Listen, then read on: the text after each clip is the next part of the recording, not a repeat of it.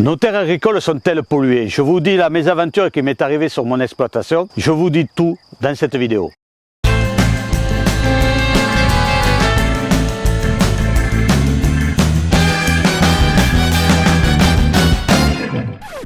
Bonjour à tous et bienvenue dans cette nouvelle vidéo YouTube. Il y a quelques temps que je n'ai pas fait de vidéo, j'étais obligé d'en faire une là parce que l'information que je vais vous annoncer est importante. Faut pas s'alarmer, mais bon, il faut être au courant de ce que je vais vous dire dans cette information. Si les terres agricoles sont-elles polluées? Oui, les terres agricoles sont polluées, mais bon, il ne faut pas trop s'alarmer. Je vais vous raconter ce qui m'est arrivé sur mon exploitation dans cette vidéo. Dernièrement, les autorités françaises ont demandé à deux administrations françaises de rechercher dans les paniers des ménagères si on retrouvait des pesticides ou des métaux lourds dans les légumes. Étant le seul producteur de patates douces dans le coin autour de chez moi, j'ai été donc contacté par une de ces administrations pour faire des recherches sur la patate douce. Donc dès le mois de septembre, au début de la récolte, la personne habilitée pour faire ces prélèvements est donc venue sur mon exploitation, a contrôlé mon exploitation et reparti avec a fait 3 sachets de patates douces, un que j'ai gardé dans un congélateur en cas de litige et 2 qui sont partis en analyse. Quelques temps après, j'ai reçu un coup de téléphone. Alors ces analyses sont très poussées.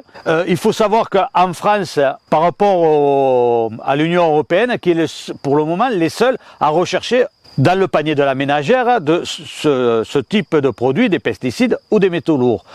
Pour le moment, nous sommes les seuls en France à faire de tel type de recherche.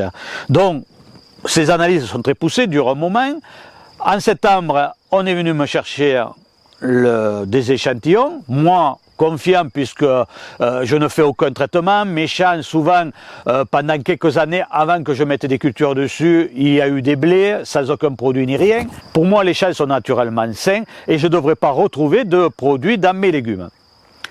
Donc l'analyse a été faite et quelques temps après, je reçois un coup de téléphone de la personne qui était habilitée à faire ces recherches. Me dit, monsieur, vos échantillons sont positifs à un insecticide, le DDT. Moi, j'étais surpris, je n'emploie pas déjà ce produit que je connaissais un peu de nom sans savoir ce que c'était le DDT. Je vous le dirai dans la suite de la vidéo. Qu'est-ce que c'est que le DDT?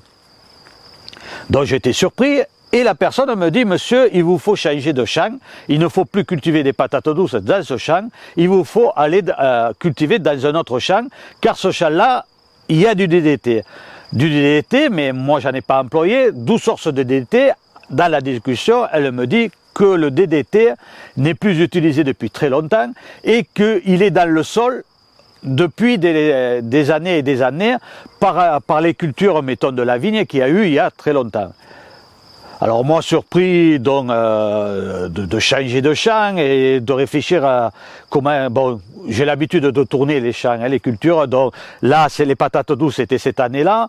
Cette année, j'ai fait les oignons. Donc les patates douces se retrouvent à la place des oignons. Je tourne les cultures puisqu'elles n'ont pas les mêmes demandes et elles ne sont pas aux mêmes périodes. Donc pour maîtriser les herbes et tout ça, je fais la rotation de culture. Surpris d'avoir cette analyse-là, j'ai fait des recherches. Le DDT, oui, effectivement, est interdit en France depuis le début des années 1970. On n'en trouve plus depuis les années 1972. Donc, d'où sort ce DDT-là qu'il y a dans la terre? Donc, là, je vous en parlerai un peu plus dans la suite de la vidéo. Dans mes recherches, donc ce DDT utilisé par les viticulteurs à l'époque pour un insecticide total et aussi pour les acariens. Donc, pour moi, si cette terre-là était contaminée, les terres aux alentours le sont aussi. Donc j'ai décidé donc de faire les oignons là et de faire les patates douces dans l'autre champ, tout en disant à l'administration que cette année il y aurait les oignons, que si vous voulez analyser les oignons dans cette terre-là, ça me conforterait, puisque moi à mes clients, je leur dis que dans mes produits, dans mes légumes, il n'y a aucun produit. Donc je tombe d'accord avec la première personne qui m'a fait l'analyse. Mais au même moment, aux alentours du mois de novembre, une autre administration qui, elle, ne vient pas sur la propriété, mais va sur les étalages des épiceries ou des supermarchés et récupère des légumes qu'elle analyse. Donc elle prend dans un supermarché que je sers, des échantillons de mes patates douces, et effectivement l'analyse dure un moment, elle est positive aussi au DDT, donc la personne qui fait ce style de prélèvement vient me voir dans mon magasin, contrôle mon magasin qui a aucun problème là-dessus, mais me dit voilà, nous avons pris des échantillons dans tel supermarché que vous livrez et nous avons trouvé du DDT. Je lui ai dit mais je suis au courant. Et effectivement, il y a eu un doublon de recherche, c'est le hasard. Hein. La première administration est venue contrôler sur les terres directement, prendre un échantillon, et la seconde administration a fait un prélèvement dans un supermarché. C'est vrai que la patate douce, on est peu de producteurs à en produire, hein, donc ça a été un peu normal qu'il y ait eu un doublon. Donc 2 échantillons, 2 prélèvements, 2 analyses, 2 taux à peu près identiques de ce DDT. Ce DDT, donc, comme me dit la personne, c'est un produit qui a été utilisé en masse en France et dans l'étranger il y a très longtemps, et c'est un produit qui ne disparaît pas dans le sol, il y est toujours. Donc il ne faut plus cultiver des patates douces dans ce champ-là. Alors je lui explique, mais j'ai changé, j'ai mis des oignons, j'aimerais que vous m'analysez les oignons, et j'ai changé de champ. Je suis là dans un autre champ, mais au lieu de mettre 30 000 pieds de patates douces, j'en ai mis que la moitié, 15 000 pieds de patates douces. J'ai pas mis de plastique, je mets du plastique biodégradable pour l'herbe, mais qui coûte très cher, donc j'ai évité de mettre du plastique pour moi. Car si je venais à dépasser le seuil, si vous voulez, là jusqu'à présent, les analyses, le seuil était en dessous du seuil de vente, donc en dessus je ne peux pas vendre mes légumes, et en dessous, je suis autorisé à vendre les légumes sous surveillance. Donc j'ai dit, j'ai fait un autre champ de patates douces ailleurs. Donc, si vous voulez venir au moment de la récolte en septembre faire un prélèvement, venez faire le prélèvement au mois de septembre.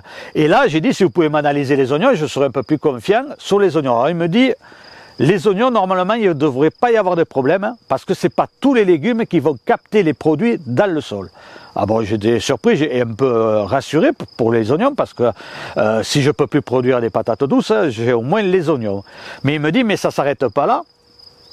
Il n'y a pas que les patates douces qui capteraient ce produit, il y a beaucoup d'autres légumes qui capteraient ce produit, c'est-à-dire tous les curcubitacées, les courges, les butternuts, les petits marrons, les pastèques, les melons, les concombres et surtout les courgettes. C'est-à-dire que tous les légumes qui poussent extrêmement vite, qui vont capter sans trier, si vous voulez, comme ils grossissent hyper vite, ne vont pas trier ce qu'ils trouvent dans le sol et prendre ce qu'ils ont besoin. Ils pompent tout dans le sol et mettent tout dans le tubercule ou comme la courgette, dans le légume. Donc tous ces légumes-là, que je vous ai cités, les courges, les butternuts, les petits marrons, les pastèques, les melons, les courgettes et peut-être d'autres légumes, il ne vous faut plus en cultiver sur vos terres parce que vous avez du DDT. Et pour le moment, les doses qui ont été prélevées sont en dessous de la dose de vente, mais il pourrait y avoir une année parce qu'il se mettrait à faire un gros orage juste au moment où le légume va se charger pour grossir, avoir un taux en dessus, et là je ne peux plus vendre, je suis obligé de détruire mes récoltes. Donc pour moi c'est quand même un dilemme d'investir. Mettons qu'on a un champ de patates douces, j'investis au moins 10 000 euros pour mettre en place un champ de patates douces. Si on vous dit il faut le détruire, imaginez, j'ai investi 10 000 euros donc, pour les patates douces, pour moi c'est un peu compromis. On va voir, je vous le dirai dans d'autres vidéos, sur la récolte septembre, si j'ai dans les prélèvements, des taux de DDT. Donc là, pour les oignons, je donne des échantillons. Je demande à ce que l'analyse soit le plus rapide possible, parce qu'il y a beaucoup d'analyses. Ces recherches sur tous ces légumes ont débuté, il doit y avoir à peu près à peine un an, et ils font beaucoup de recherches partout, donc il y a beaucoup d'analyses à faire. Hein, et je demande à ce que, comme je commercialise mes oignons, d'avoir l'analyse le plus rapidement possible. Donc l'analyse est faite assez rapidement, au bout de 15 jours, on m'appelle et on me dit « Monsieur, les oignons sont négatifs au DDT, mais sont négatifs aussi à aucun autre produit. Les patates douces, c'était pareil, il n'y avait que du DDT, pas un autre produit, ce qui prouve bien que vous faites sans aucun traitement et vos cultures sont cultivées comme il faudrait être cultivé, sans aucun produit. Il n'y a que ce problème-là qui n'est pas les conséquences de mes cultures, mais les conséquences des cultures qu'il y a eu précédemment, c'est-à-dire des années 50 jusqu'à les années 70, que ce DDT a été utilisé en masse dans la viticulture ou même d'autres cultures, puisque le DDT, là je vais commencer à vous en parler, était un produit qui a été juste mis en commercialisation après-guerre, était un insecticide total, beaucoup utilisé pour les moustiques, ça sauvait beaucoup de monde contre le palu, leishmaniose dans des pays, même ici en Camargue, a été pulvérisé partout.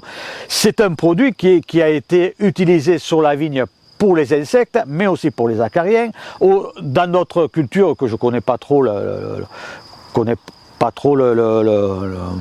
mode de culture, s'ils l'avaient utilisé, puisque moi, dans les années 70, j'avais que 2 ou 3 ans, donc je ne connaissais pas trop, a été utilisé aussi, là, comme quand j'ai fait les recherches sur Internet, sur les chiens, pour les puces, les tiques et les puces, on les pulvérisait, était utilisé sans aucun risque. Les agriculteurs qui ont utilisé ce produit ne sont pas fautifs comme les agriculteurs actuellement qui utilisent des produits, parce que si on utilise des produits, c'est qu'on nous demande de le faire, ou c'est que c'est les clients qui veulent avoir des légumes vraiment au top, jolis, magnifiques, qui ressemblent à du plastique même. Hein. C'est pas la faute de l'agriculteur, parce que les agriculteurs, eux, s'ils peuvent économiser de mettre des produits, ils économisent, hein. Moi le premier, en ne mettant pas de produits, j'économise, je perds un peu de récolte abîmée par les insectes, mais j'économise sur ces produits qui coûtent excessivement cher. Ce n'est pas l'agriculteur qui est fautif, ce sont, je ne sais même pas si on peut dire que l'administration française ou les personnes qui créent ces produits sont fautifs, parce qu'à l'époque, dans les années 1950, ils ont sauvé des milliers et des milliers de vies grâce au DDT pour des maladies, et des maladies sur l'homme, hein, leishmaniose, plein de maladies qui sont provoquées par les piqûres d'insectes, hein. Donc à l'époque était considéré par les personnes qui ont créé le produit comme inoffensif aux mammifères, donc aux êtres humains, dont il était pulvérisé sans aucune protection, et vous verrez dans la propagande du DDT, il était employé sur des enfants, moi j'ai vu ça en Guyane, hein, un tracteur passait et pulvérisait le quartier, et c'était comme de la fumée qui détruisait le moustique, là, qui tuait normalement le moustique. Le seul conseil qu'on m'avait donné, moi, c'est quand j'entendais le tracteur de fermer les fenêtres de la maison, hein, de la chambre, pour pas que le traitement rentrait jusqu'à dans les chambres. Voilà, c'était un produit qui était considéré pas nocif, mais qui aujourd'hui se retrouve dans les sols agricoles et par l'administration française et possibilité de donner des maladies.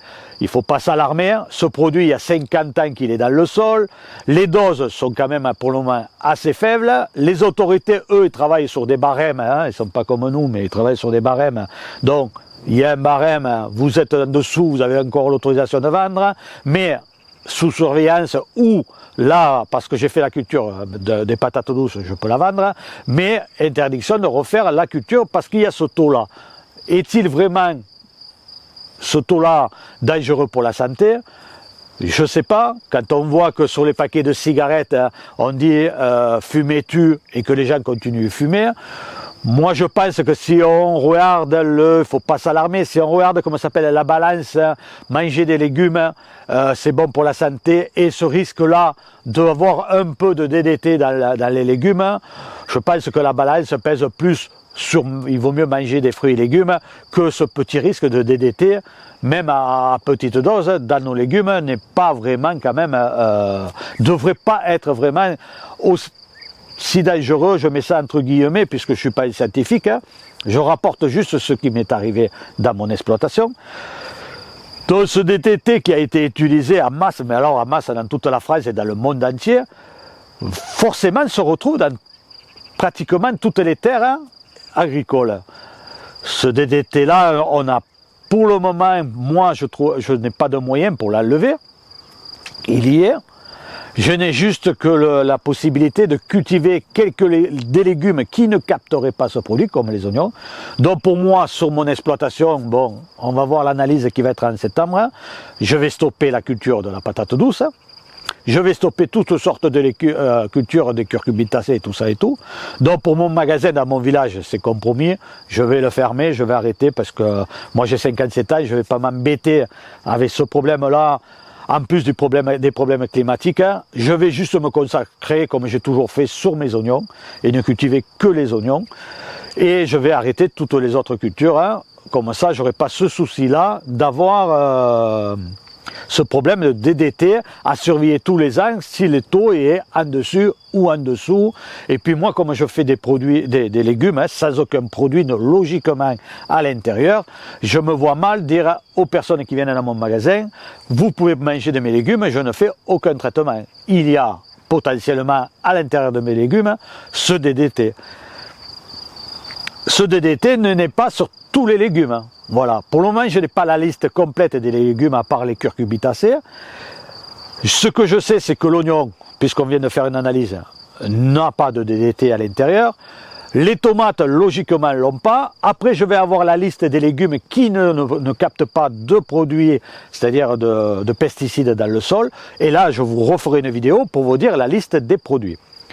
Le DDT, c'est un produit qui a été utilisé, donc comme je vous dis, c'est un produit qui était donc utilisé en masse dans le monde entier, surtout dans les pays de l'équateur pour les moustiques, pulvérisé en avion aux États-Unis, même en France, en avion, en hélicoptère pour détruire les moustiques, utilisé en masse dans l'agriculture depuis les années 50 à peu près, et arrêté en France, on n'en trouve plus depuis 1972. Donc, potentiellement, il y a beaucoup de terres françaises qui ont ce DDT dans le sol. Après, il peut y avoir des terres où elle aura libéré, parce qu'il y a des sols qui retiennent et des sols qui libèrent les matières qu'on trouve, que ce soit des métaux lourds ou les pesticides dans le sol, va les laisser partir dans les nappes phréatiques ou dans les ruisseaux, puisque maintenant le DDT, ce qui paraît qu'on en trouve dans les rivières, dans le poisson, et même en mer, on retrouve du DDT. Il y a 50 ans qu'il n'y en a plus. Est-ce que cette matière active est toujours aussi dangereuse?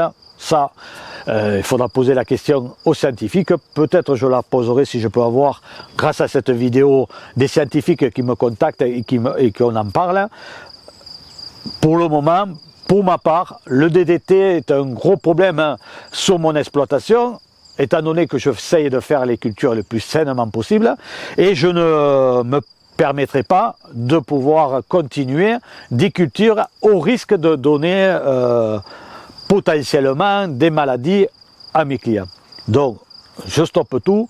Je stoppe mon magasin dès le mois d'octobre, puisque je n'ai plus mis de légumes d'hiver, de peur de pouvoir avoir de problèmes. Je finis les légumes autorisés, c'est-à-dire les tomates, les courgettes, les tomates, les aubergines, les poivrons, tout ça, là je continue à les terminer, mes oignons à mes clients au magasin, mais après je stoppe tout. Pour la patate douce, je vais attendre l'autre champ, le résultat. Si le résultat est en dessous qu'on m'autorise à le vendre, je vais vendre. S'il n'y a pas du tout de DDT, ce qui me serait un petit peu improbable, puisque ici tout était en vigne, même si là, cette terre ici, pendant 10 ans, il n'y a rien eu. Il n'y a eu que des blés, même a été abandonnée cette terre-là pendant moins de 3 ou 4 ans. Je n'aurais jamais cru qu'on retrouve des produits dans ce sol-là. Je pensais qu'il aurait disparu. Donc pour moi, je vais continuer que les oignons. Je vais vous faire des vidéos pour essayer de expliquer mieux. Là, je suis un peu surpris, mais je veux alerter tout le monde. Pour les particuliers, faut juste faire attention où vous achetez les légumes. Là, du DDT, il peut y en avoir un peu, il y a 50 ans qu'il y est dans le sol, mais il est possible, puisque c'est juste en France qu'il y a de telles recherches, il est possible qu'il y ait d'autres produits. dans les légumes. Donc de faire attention, de pas où vous achetez les légumes, pas incriminer les supermarchés, puisque moi je vends mes légumes dans les supermarchés des alentours. Je livre les 3 plus grandes marques de supermarchés dans le coin, et voilà, moi mes légumes sont en toute logique sains, mis à part ces taux de DDT, mais mes oignons, il n'y a aucun autre produit, ils sont livrés partout dans les supermarchés. Les patates douces étaient livrées aussi partout dans tous les supermarchés du coin. Il n'y a pas à s'alarmer, voilà. Par contre, c'est pour les agriculteurs, les agriculteurs, les jeunes agriculteurs qui veulent s'installer.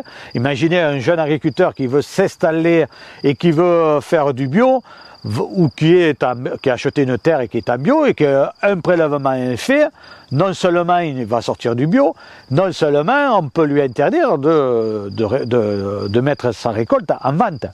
Donc pour les agriculteurs, c'est encore plus une épée Damoclès sur la tête, et un risque plus important, puisque ces analyses vont être multipliées de plus en plus en France.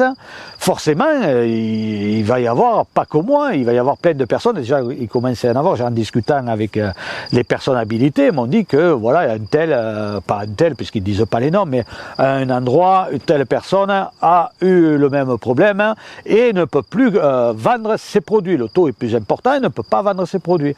D'autres personnes sont obligées de faire une analyse chaque fois qu'elles doivent mettre les produits à la vente. Imaginez, ces analyses coûtent excessivement cher.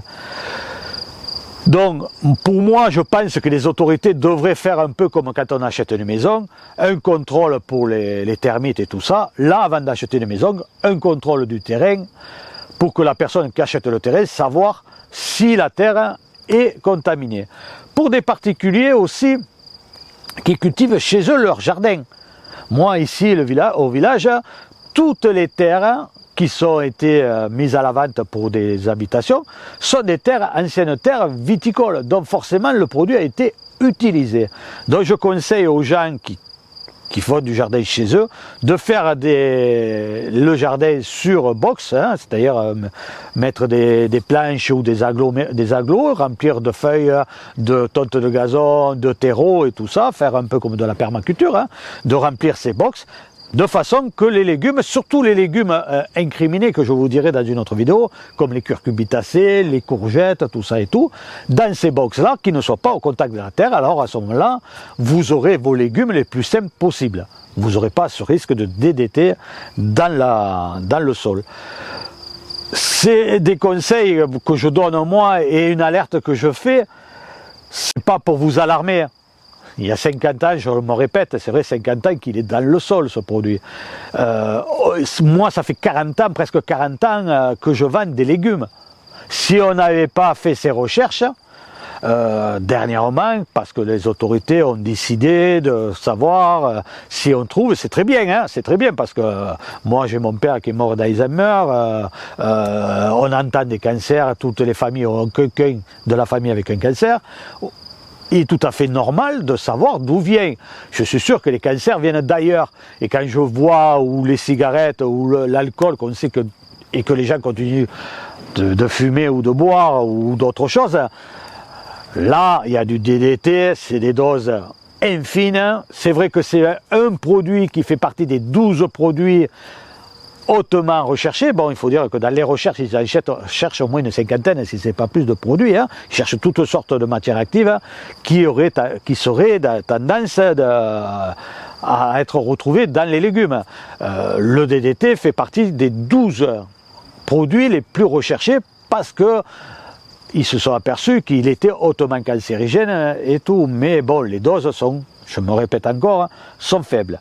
Donc, ne nous alarmons pas, je referai d'autres vidéos prochainement, plus précises sur les légumes potentiellement qui capteraient ce produit, les légumes qui ne le captent pas comme l'oignon ici. Donc je ferai des vidéos et d'autres vidéos pour expliquer comment faire, comment éviter, comme je vous ai dit pour les particuliers, éviter d'avoir ce produit-là, si vous avez des terres à risque, dans vos légumes. Donc voilà, désolé de vous avoir alarmé sur ce produit-là. Croyez-moi que pour moi, ça fait depuis septembre que j'ai pas du mal à dormir, mais une boule à l'estomac, une épée Damoclès sur la tête, hein, c'est pas évident. Pour le particulier, c'est à savoir, mais c'est pour les agriculteurs, ça va être difficile. Hein. Pour moi, je lâche tout, j'en ai marre. Hein, entre le problème climatique, les problèmes économiques, maintenant le problème de produits, que c'est même pas nous qu'on l'a mis, il y a 50 ans qu'il y est, c'est difficile. Hein. C'est difficile pour les agriculteurs. Moi, j'utilise aucun produit, mais pour les agriculteurs qui utilisent un peu de produits, même les bio, cette année, il en disparaît encore 50 produits. L'agriculteur n'y est pour rien, que je le répète encore, il n'y est pour rien, lui. Lui, c'est souvent les clients qui demandent d'avoir des beaux légumes, donc il fait son nécessaire à vous fournir des beaux légumes, sans chenille dedans. Vous savez, une fois, une cliente est revenue, elle rouspétait qu'elle avait une chenille à la tomate. J'ai même pas eu besoin de dire quoi que ce soit, ce sont les clients qui étaient dans le magasin qui lui ont volé dans les plumes. Parce qu'ils lui ont dit, nous on préfère avoir une chenille de temps en temps dans les tomates, hein, ou dans les salades, hein, ou dans ce que vous voudrez, que manger, avoir des pesticides dans les légumes. Les chenilles, on l'enlève, on coupe le morceau de tomate ou le morceau d'autres légumes et on mange l'autre partie. C'est pas grave qu'il y ait une chenille dans le légume, ça prouve bien que le légume est sain. Donc c'est au consommateur de ne pas être trop exigeant. Et le producteur, lui, ce qu'il va faire, si vous n'êtes pas trop exigeant, va diminuer l'utilisation de ces produits. Moi, je sais que j'avais une clientèle qui n'était vraiment pas exigeante, hein, à part quelques-uns, voilà, qui est assez spécial, qui voulaient du bio, mais qui ne voulaient pas de chenilles ou quoi que ce soit dedans.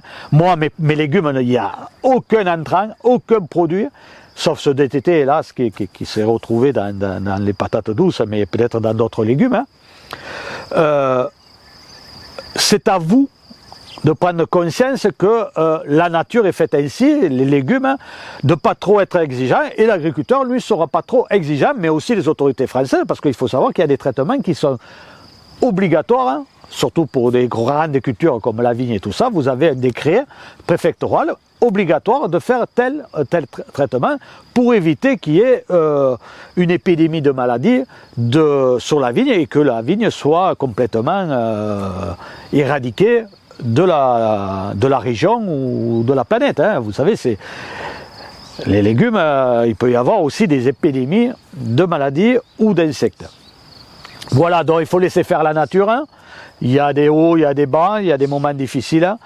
Pour les agriculteurs, c'est vrai qu'à l'heure actuelle, c'est hyper difficile, hyper compliqué.